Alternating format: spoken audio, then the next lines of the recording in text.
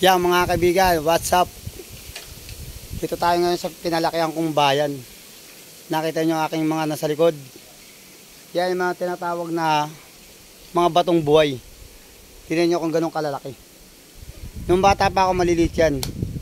Ngayon, pagbalik ko, malalaki na siya. Ayan. Pwede na siya na pagtaguan o paglaruan. Mga nice mag-shoot na mga pinikula o mga dito lang yan sa lugar ng Cardona, Rizal. Papakita ko sa inyo kung ganun kaganda ang lugar ng Cardona. Kita nyo kung ganun kalaking batong tinutungtungan na aking kasama. Dati ang liit lang yan, ngayon malaki na. Let's go, samahan nyo ako. Ay, nakita nyo yung mga dating tinataguan ko nung araw nung naglalaro ko, maliliit. Pero nung araw tayo maliwalas.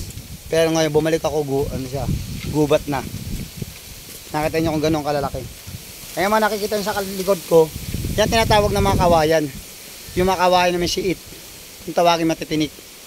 Ngayon, dito sa baba namin, ay may makikita tayong munting bahay. Yan.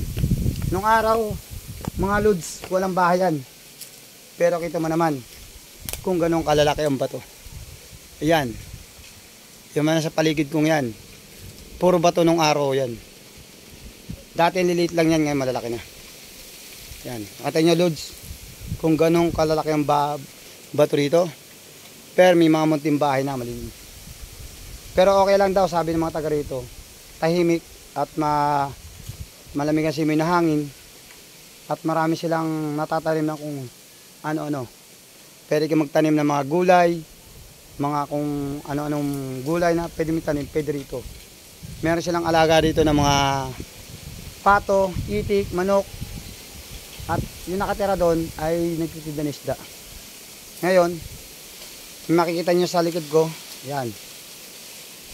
Dadako naman tayo lods sa sa pinunta natin lugar. Balik tayo, kaibigan. Let's go.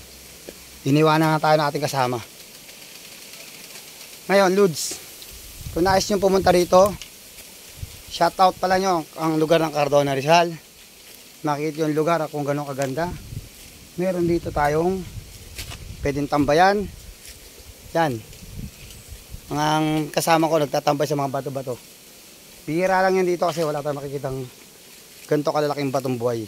Saan pa meron puntahan dito? Ayan. Nakita niyo mga lods.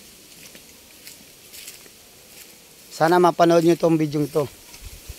Kasi bihira lang tayo makapunta rito sa lugar na to. Yan.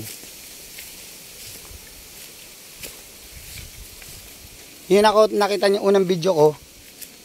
Yun ay tinatawag na Laguna Bay. Tagos ng iba-ibang lugar. Floodway.